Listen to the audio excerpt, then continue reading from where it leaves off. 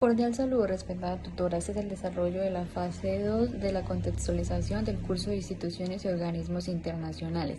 Somos parte de la Facultad de Ciencias Jurídicas y Políticas de la carrera de Ciencia Política. Somos el grupo 250011-15. Los integrantes del grupo son Marlo Jaletes Castrellón, Hernán José Hernández, Josmer Omar López, Gerson Alejandro Marín, Dayana Libet Ovallos y Margarita Teanes. A continuación, la compañera Dayana iniciará el tema del conflicto de Israel y Palestina. Vivían en esos territorios desde antes de Cristo. En estos tiempos ocurrieron múltiples rebeliones judías en contra del Imperio Romano. La última de ellos, hacia el año 132 y 135, el emperador Adriano da muerte a sus líderes y los exila de su territorio, donde inició a lo que conocemos como la diáspora judía por todo el mundo. El 2 de noviembre de 1917, durante la Primera Guerra Mundial, el ministro de Asuntos Exteriores británico Arthur Balfour remitió una carta a Lionel Walter Rothschild, líder de la comunidad judía inglesa. Se reconoció como la Declaración Balfour para la creación de un hogar judío en Palestina, que está controlado por el Imperio Otomano desde el siglo XVI. En 1915, Henry Mahon, alto comisario británico, envía múltiples cartas al jalife Hussein. El gobierno británico a los árabes y judíos les promete el mismo territorio para crear sus naciones. En 1916 se firmó un tratado secreto, Sykes-Picot, realizado por Mark Sykes y Francis George Picot, donde se iban a repartir el territorio otomano entre ellos dos, Líbano y Siria para los franceses, Irak y Jordania, y Palestina e Israel para los británicos. En 1917 se dio a conocer el Tratado Sykes-Picot y cuando culminó la Primera Guerra Mundial en el año 1918 se repartieron los territorios como habían quedado. Judíos y árabes quedaron con los crespos hechos. Se sintieron traicionados y empezaron a luchar por esos territorios. Muchos judíos en sus nuevos territorios logran acumular capital y hacia el siglo XIX empiezan a colonizar comprando tierra en estos territorios. Los árabes junto con las autoridades británicas empiezan a acosarlos y a asesinarlos. Los judíos en respuesta forman la Hagana, grupo de autodefensa judío, que posteriormente se convertiría en el ejército de Israel. Entre 1936 y 1939 se lleva a cabo una gran oleada de colonización judía hacia el territorio palestino. Perseguidos por los nazis en 1939 ocurre la Gran Revuelta Árabe, donde los árabes intentan exiliar tanto musulmanes, británicos y judíos, muriendo miles de ellos. Al terminar la Segunda Guerra Mundial, la ONU, dándose cuenta del sufrimiento que experimentaron los judíos, desean ayudarlos a crear un territorio seguro para ellos. Por lo tanto, dividieron una zona entre palestinos y judíos que van a ser las regiones de Palestina e Israel. Jerusalén permanecería bajo el control de la ONU. Esa repartición fue aprobada el 29 de noviembre de 1947 y los británicos se retiraron de Palestina el 15 de mayo de 1948. Día antes, Israel declaró su independencia. Los estados que rodean este territorio, también recién creados entre el año 1922 y 1946, Egipto, Arabia Saudita, Irak, Líbano, Siria y Jordania, esos países intentan quedarse con este territorio de palestinos e israelíes, pero Israel los vence en guerra, aumentando su territorio.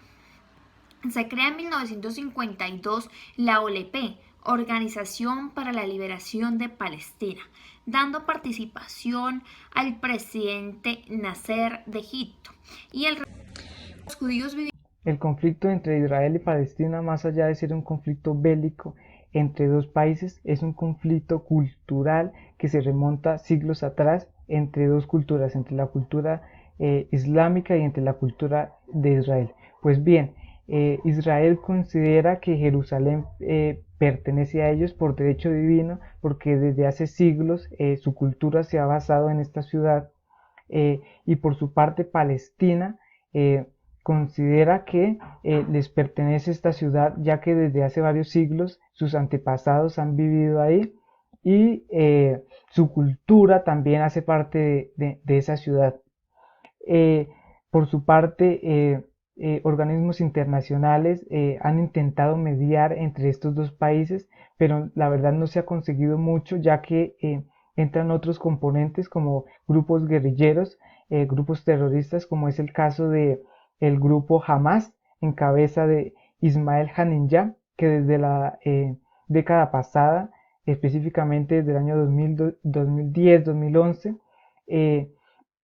fue creada este grupo terrorista, y en los años 2014, 2019 y 2021 ha orquestado ataques terroristas en bases militares de Israel sin generar realmente mucho daño, pero lo que sí ha sucedido es que las represalias del ejército de Israel han generado muchísimas muertes, principalmente en las ciudades que ha atacado, como la Franja de Gaza.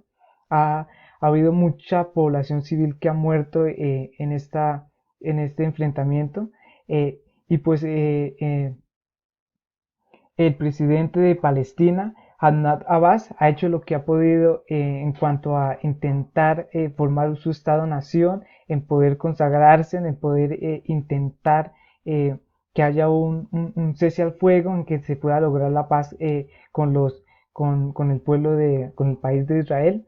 Pero por su parte, el primer ministro Benjamin Netanyahu es una persona que realmente quiere la guerra, y no se han visto muchas muestras de querer negociar, o de querer delimitar, o de querer arreglar unas fronteras entre estos dos países, y así poder reconocer la soberanía de los palestinos.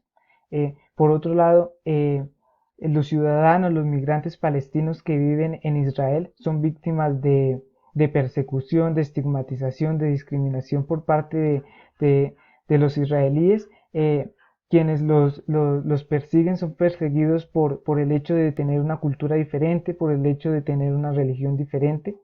Eh, si pudiéramos, si debiéramos mejor dar una definición de la situación actual entre estos dos países, diríamos que es un conflicto bélico, principalmente entre Hamas, este grupo terrorista, y el ejército de Israel.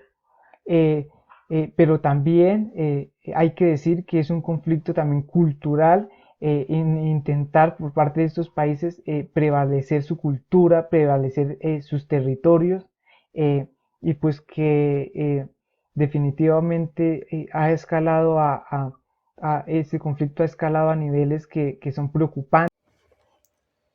Para anexar a lo que dice mi compañero, quisiera decir que correctamente este conflicto es bélico, en el cual el objetivo principal es el desgaste del rival en todo sentido, conservando la mayor cantidad de fuerzas propias. Aquí el vencedor es el último que queda en pie, o el que logra destruir al rival, generando mayor número de bajas, desestabilizando completamente su economía, o corrompiendo la moral del pueblo, encajando perfectamente dentro de lo que se conoce como una guerra de desgaste. A lo largo de los años, la rivalidad entre ambos no se ha logrado disminuir.